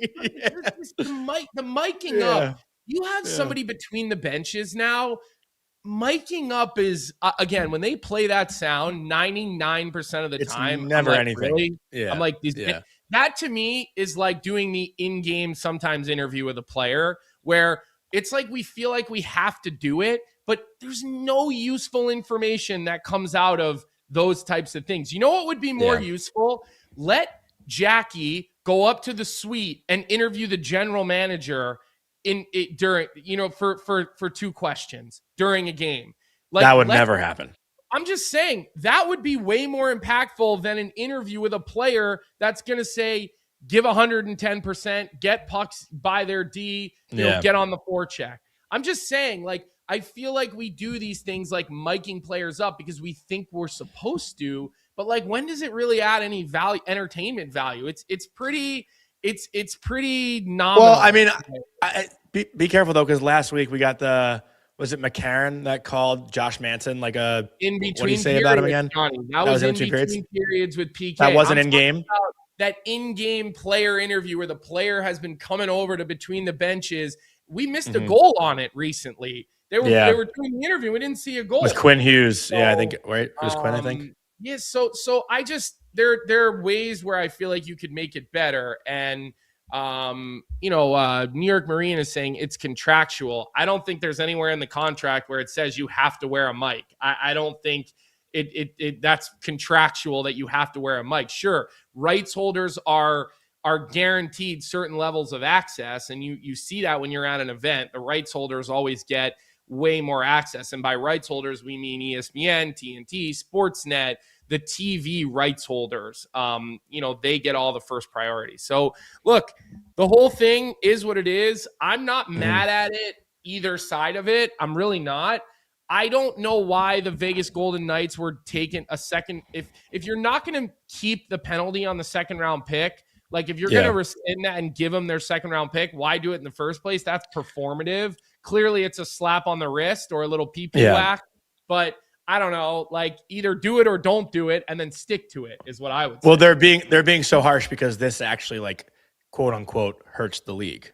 Like, if they don't get media access, if they don't promote the product, like that's that's why it's different than a guy slashing someone in the head, but I thought that was crazy. Like, my initial thought was, wow, $100,000 fine and a second round pick for, something that like was a listen, if you unreasonable really decision at the time, but like a guy can kick somebody. But if you really want to make sure the league doesn't ever do that again, exactly, then make it a first round pick and keep it. Keep the penalty. No appeal. You got fined, take a first round pick from them, no conversation asked. If you really want to get everyone to change their tune, then do it that way. Right. So do it that way. So I wanted to close the loop on that because like we said, we made excuses for Vegas. We knew there was something going on, but we weren't quite sure. And that's I really thought it was just the airport thing. I really thought it was the airport thing. I thought that could have been part of it, but I know for a fact last week I said, let's wait till we get the information and we find out why. Who knows? We could have found out there could have, maybe there was a death in someone's family. Like, who knows what we could have found out? which is why I was like, let's just wait for the information. Let's just wait for the information. That's all I kind of wanted to see before I fully gave you my thoughts and my opinions on it. Yeah, I do think we have other news too. Vic said to us that it was announced there's a formal interview to be expected with the Edmonton Oilers for Craig Berube after some initial conversation between he and Bowman. Permission to speak with Bruce Cassidy has still not been granted as of Sunday night. That I think is coming from Ryan Rishaug. Johnny, this whole situation with the NHL fining Vegas and taking a draft pick, that's not helping because, No. I mean, right now, the owner, between Bill Foley and Kelly McCrimmon, who are two ruthless executives, and listen, be careful with ruthless. Gary Lawless would push back on the ruthless thing. I feel but I say it as a compliment. Yeah. Bill Foley has come into the NHL and pushed do whatever it takes to win. Been an incredible owner. I mean, at one point, I heard that he was letting guys use his private jet in the offseason and like just going above and beyond for his players, helping them get golf memberships. I mean, the kind of owner that, yeah, he might be ruthless in certain ways, but he sure as hell takes care of his players. And then with Kelly McCrimmon, it's just a dog-eat-dog world. What have you done for me lately type of manager. And I say ruthless is a compliment. I wish more teams were like Vegas, Johnny. And so I don't think that situation is helping the Bruce Cassidy situation. And look, if you're Edmonton, how long can you wait? Because then you have to start thinking, well, what if we don't? What if Berube gets off the board? What if we don't? What if we don't get a chance to get our plan B? Also, it would be surprising to me that they would reach out to Berube. I'm not surprised they did, and not Peter Laviolette. Wouldn't they also reach out to Peter Laviolette? So that's what I think, though. I think there's Cassidy, and then everyone else is kind of the same. Right. So like, even if they don't get Berube, like I do think there are other options like Laviolette, even like I know they're different, but like an Evison, a Bilesma, like all these guys are still available. Like Cassidy to me is the clear cut favorite. Boudreau. Yes. Boudreau, of course. But like, I guess Berube's won a cup a little bit more recently than the rest. But when you think about the rest, Peter Laviolette hasn't won a cup since 2006. Bilesma since 2009. I don't think Evison's ever won a cup. I don't think Boudreau's ever won a cup. That doesn't really matter, though, because only 3 coaches have won like... I just don't think that should be the main factor. And the reason is because like, as long as you've had playoff success and you've been through deep playoff runs and you've been forced to make the little decisions that come at you during the playoffs, I don't think it's the end of the world that Peter Laviolette hasn't won since 2006 or Bilesma hasn't won since 2009. And look, in those different situations, like what was the hell? Like a coach can't keep their team healthy. Like a guy gets injured and a marquee player gets injured, a goalie, whatever the case may be. Like everybody always says only one team can win it. How many good teams don't win the cup, Johnny? But there is so much stock in like what you just said in playoff success and whatnot. And I still think it is crazy that, and Jeff Marek, I feel like is always the one to put this out there. So maybe Jeff could correct me. I think it is only 3 coaches that have won Stanley Cups with 2 different teams. So we always like put stock into like the recycle of coaches, yet there's only been 3 people in the history of the sport to do it with 2 different teams, which is kind of nuts. Also, Vic did just send us a text saying, Elliot also said the Leafs spoke to David Carl to gauge his interest and will speak again, apparently. Yeah, well, everything we're hearing about that job is that they're looking for more of a potentially up-and-comer. I think Jay Leach is a name to keep an eye on in Where's Toronto. he now? Jay Leach is in Boston. Awesome. I think, I could see a pairing of like a Jay Leach with a Mike Havland, who's won cups as an assistant. Like, I like that's a name that I think everybody should keep their eye on is Mike Havland. Again, I don't think he ends up with a head coaching job, but when you look at his success that he's had and the head coaches that he's worked with, he's survived got, times when head coaches and GMs have changed. Mike has stayed. He's another name that I think ends up, I could see him if they go with a Malhotra or a Jay Leach. Mike would be my first call for assistance because, again, he won Cups as an assistant in Chicago under Quenneville, right? And he is another name that's available. I also think, Johnny, we don't know what's going to happen in Vancouver. Is Adam Foote and Kevin Dean going to become available in Vancouver?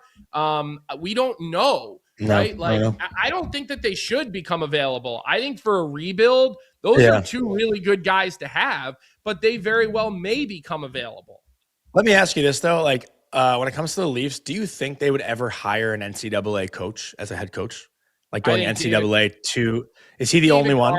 Yeah, I think David Carl. Because I've been asked a little bit about it. I said maybe Pat Furschweiler, but I don't know. I was just going to say Pat Furschweiler is another name. I mean, I think if you want to go with a young first-time NHL head coach, I don't think there's that big of a difference for a guy like Pat Furschweiler winning in college versus a guy winning in the American League. Because I just think about a huge Canadian organization going with a college coach.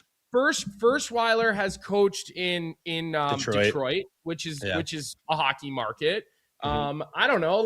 I could see it. I don't think that's the route that they will go, but I also don't know what to make out of Shaka. And also, is Shaka what type of influence does Sundin have on this? Is Keith Pelly involved in the head coach hiring? Those are things we don't necessarily know the answer to. And I think those are things we would need to know. But look, I think Stan Bowman should call David Carl. I mean, I think everybody should at least pick up the phone. And just like I didn't have an issue with Stan Bowman reaching out to or wanting to talk to Bruce Cassidy while Chris Knobloch was still the coach, your job is to turn over stones and make sure you have conversations. They may lead to nothing, but what would be the reason to not have the conversations, right? I mean, I don't see why you wouldn't at least look around here. That's what I would think. Yeah, totally fair. Anything else to get to before we kind of wrap up the show today? It's already 10:45. I didn't realize how late it was. I haven't been looking at the chat as much, so I'm just trying to make sure we didn't miss anything in the chat here that was something we should dive into. But couple other just quick little notes that we'll just at least talk about today that we're going to get to this week. Obviously a weird week, right? Because the way that the schedule is split up. I do want to have games till Wednesday. I want to have Colton St. Clair on from Muskegon. I know that his team's down in the Clark Cup 2-0. I'd like to have him on. I'm going to reach out to Scotty Walker today, who is one of the owners of Guelph in the OHL. The Memorial Cup is about to start here coming up in the next week. Guelph is not in the Memorial Cup, but they are hosting the Memorial Cup next year. And I mean, I also think we could talk to him about Carolina. I think with Carolina being in, what they've done, I think he'd be an interesting guest. And it'd be good to get a Memorial Cup person on. Just again, I know they're not in it, but he obviously plays against these teams. He's involved with Hockey Canada, and Scotty will host it next year in Guelph. So I'd like to try to get him on this week. Maybe tomorrow would be the right day for that. Maybe we try to get Scotty at the end of tomorrow's show. I'll text him when we're done today, just to get him on. But the other thing, like I said, I'll reach out to Colton St. Clair of the Muskegon Lumberjacks. They're down 0-2, and Friday will be do or die for them in this best of 5 for the championship in the USHL. But I still want to have him on. He got cut off. He was in the airport. His connection wasn't great, so we weren't able to really get to him. I also think we should have Pags on this week, just get some updates on the coaching stuff. So, we'll see where it goes. There's going to be a lot of days, maybe darker days, where the second half of the show, we're going to have topics. Yeah, we have one game to talk about. Yeah, we're going to have hockey topics to talk about, but maybe not the finals. I want a good friend of mine just got hired to be the associate coach out in Arizona.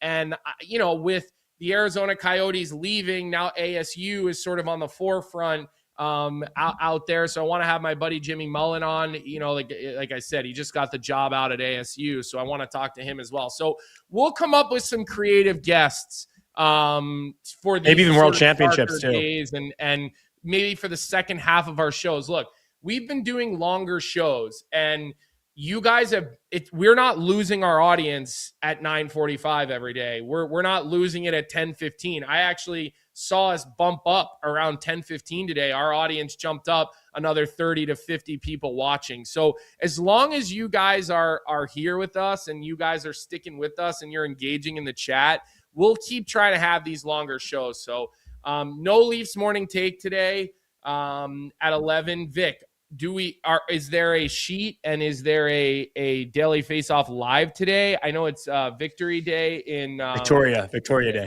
Day in Canada. There is a sheet. Okay, so we There's have a sheet. confirmed that the sheet. We're not positive if there's a daily face-off live today. Vic is looking into that to see if there is a daily face-off live today. So. Johnny, why don't you go to Bet365 and then before we say goodbye, we'll let everybody know once we get that information. So tonight's Bet365 bet of the night. There are a few things more stressful than a close hockey game. One late back check could make all the difference between a chance at playoff glory or an early spring tee time. That's why Bet365, an official partner of the NHL, is offering 3-goal early payout. If the team you're riding goes up 3 goals at any point in the game, they'll pay your bet out early. Hockey fans have enough things to stress about. And with 3-goal early payout, now your bets don't have to be one of them. Bet365, download the app today. You must be 19 or older. Please play responsibly. And tonight, it's an impossible game, I think, to pick a side. I truly think tonight is a coin flip. I actually will say gut feeling tells me that the Buffalo Sabres win this game. I picked Montreal in 7, and I want Montreal to win because I think it'd just be a more fun series between Carolina and the Canadiens. No disrespect, actually, to the Sabres, believe it or not. But I do think the Sabres win this game. That said, the bet we're going with tonight, because we want to look for the best angle, is over 5.5 at plus 100. The overs, this over has hit in 5 of the 6 games so far. Obviously, the goaltending situations for both teams have not been necessarily ideal. Dobish has looked certainly weak at times. He looks a little bit tired. UPL has obviously had his weak moments as well. These games have been pretty high scoring, even though at Game 7 you typically would see the whistle go away and see more 5-on-5. I do think we will see more than 5.5 goals tonight. So that is going to be the bet. This way, no one can say that I jinxed either side. But with that, my gut feeling is the Buffalo Sabres move on tonight. That is what I think. Colby, what do you think? That is the kiss of death for the Buffalo. Oh, it's not a bet. It's not a pick. It's not a pick. Meanwhile, no. Your gut, I've been pretty spot on. I had Canes in 4. I had Vegas in 6. Granted, I got the Wild wrong, but I had Montreal in 7. Like pretty spot on in 3 of these 4 series so far. Okay, that's fair. So give me some credit here. I think Montreal wins just based on the way that we've seen these teams play on home ice, and based on the fact that Montreal found a way to win a Game 7 in the first round, a difficult Game 7 where they were outplayed.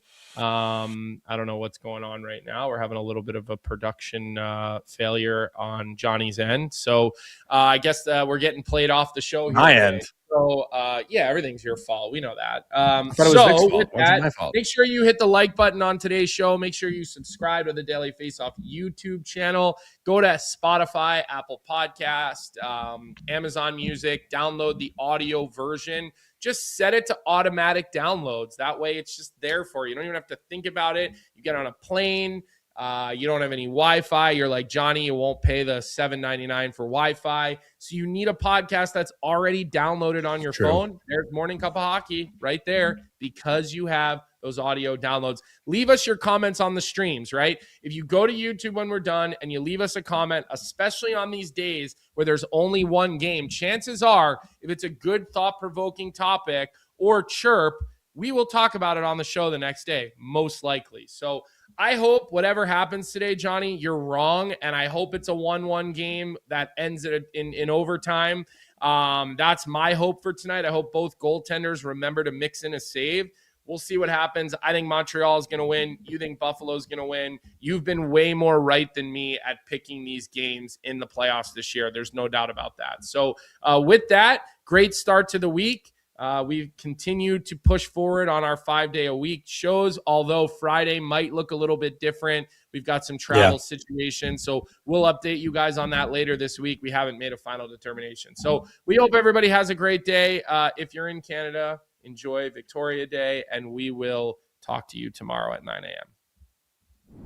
What's up, everybody? Thanks for tuning in to Morning Cup of Hockey here on the Daily Faceoff YouTube channel. If you enjoyed the show, make sure to hit that like button, subscribe, and turn on notifications so you never miss an episode. And don't forget, we've got more great hockey content every day. You can catch DFO live at noon and stick around for the Sheet with Jeff Marek at 1 p.m. right here on Daily Faceoff. Until then, keep your coffee hot and your takes hotter.